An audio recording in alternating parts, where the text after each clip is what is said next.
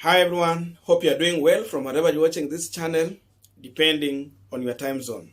Now, the Daily Nation has released the analysis of real numbers on ground between Azimio la Umoja and the Kenya Kwanza coalition as far as the battle for the Senate, Parliament, and even MCA is concerned.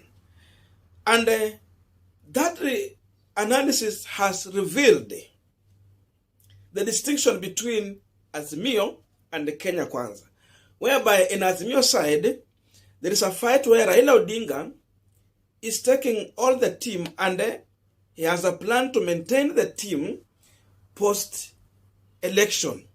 But in the other side, William Samoei Ruto, according to how he has filled his candidate, there is a clear indication that Ruto might not need everyone on board post-election.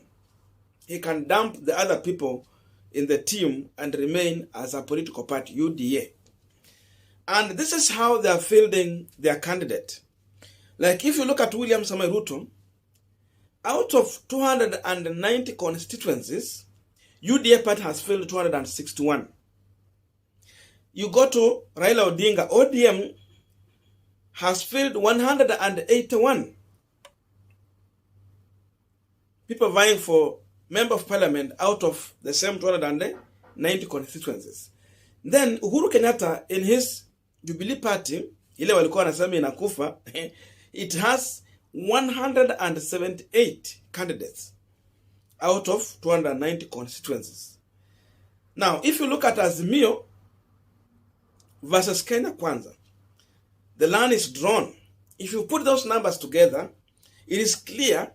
In as much UDA has so many members of parliament that have failed, the fact remains that Azimio has failed more candidates because they have about 567 against Kenya Kwanza, which has 360 candidates.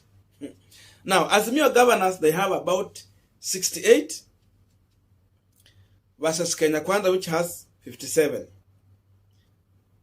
And then if you come to woman rep, Azimio has 100 and the Kenya Kwanza has 68 candidates. Now, as I said, Raila, if you look in these numbers, it is clear that Raila Odinga is building a coalition which need to stay on board in case he wins this election. Because now he will need numbers.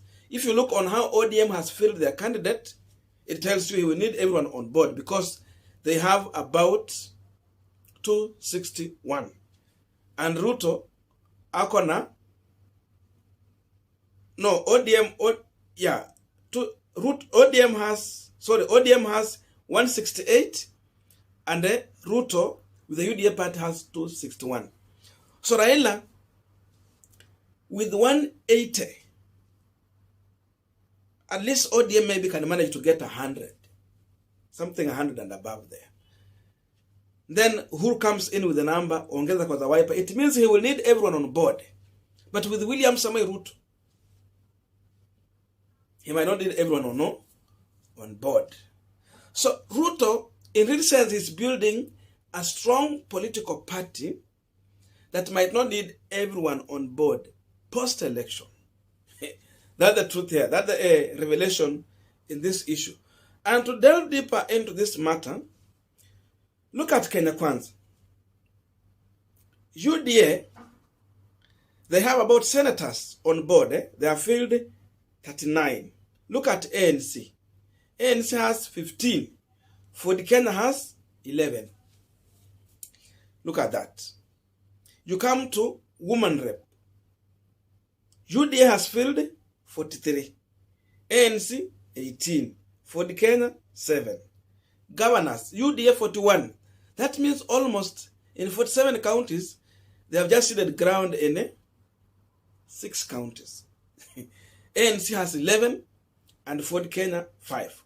You go to MCS, UDA has about 1,291.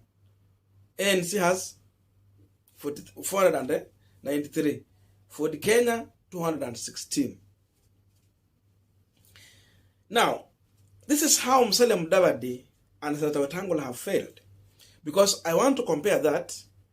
I'm comparing it because if you look on how ANC has filled their candidate, it is almost similar to Wiper Party. But this is the difference here.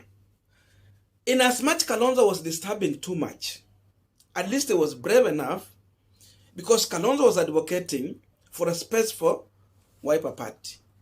Zoning. Lower Eastern has been zoned for Kalonzo Musyoka. To an extent, even they had to sacrifice Governor Charity Ngilu. That means for Kalonzo Musyoka, out of 15 senators he has filled, 15 senators, at least Kalonzo can manage to get 3 because zoning happened. Again, out of 8 governors Kalonzo Musyoka has filled, at least Kalonzo can manage to get 3 because zoning happened. And out of the 69 MPs Kalonzo has filled, at least he can manage to get 20 and above. What about ANC party? Because Kalonzo there is zoning. That means at the end of the day, Wiper Party will be a parliamentary party because it will manage to have at least 3 governors, 3 senators, and above 20 members of parliament. That means it has qualified to be a parliamentary party. And therefore, they qualify for political party funds. They can get money and have their own activities to develop the party and do their own function.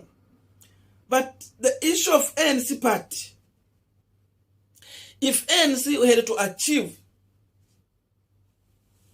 and become a parliamentary party, it could have been possible if zoning could have happened. That means Ruto had to cede ground for ANC party to field candidates in Vihiga, Trans Nzoia, Kakamega, Bungoma, and Busia. No influence of UDA party. So that Akina Didmas Baradha, Akina Boni Khalwale and the team were to be forced to join either ANC or Ford Kenya party. In that way, Ruto could have helped Musalia and Wetangula to be rest assured that at least they can have a space to grow their party, and in return they can achieve the minimum required to be a parliamentary party. So instead, UD has filled candidates across Western region, and they are very strategic with their candidate. To an extent, possibilities of UDA party having more members of parliament elected in Western region will be high compared to ANC and Ford Kenya.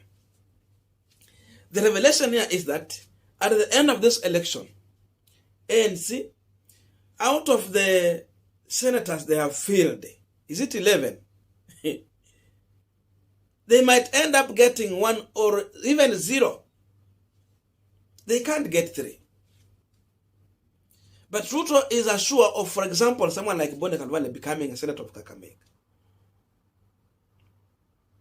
Look at ANC, even in Vihiga, Godfrey Sons is more popular compared to Nibotika Manan, who were ANC. Look at that. At least before ANC had Vihiga, Kakamega and Vihiga, walikuwa na senator, walikuwa na kosea tu mmoja. How about governors? Look at the threat in Kakamega between Fernandes Baradha and Cleophas Malala. Malala is trying. He is trying. He's a strong candidate, he's trying. But look at that fight. Then come to Vihiga, where they are telling Agoi openly in front of William Ruto, he might lose. So where will he get these governors? The numbers are totally different and is telling here. So the game here and the revelation is that Ruto used Musalia Mudavadi and Senator Wetangula as a ladder to reach out to Western region and make UDA party a strong political party in preparation for 2027 and 2032. And I've been telling you here that Ruto is working on building a strong political party for future use. Raila Odinga was working on a strong coalition in forming the government. So Ruto is looking for a strong political party. But it's not about forming government. They just need numbers. While Raila is working on a coalition that will stay to the end. That is the distinction between Raila and William Ruto. And again, that is the explanation on how William Ruto has used his colleagues in Western region to popularize for UDA party and take control of Western region as we go forward. I don't know what to think about this, but that's my view. Otherwise, thank you so much for listening to me up to this far. May good God bless you and see you in the next video. But my punchline here is that Mudavadi and Wetangula have lost, but Ruto has gained. Raila will form the government.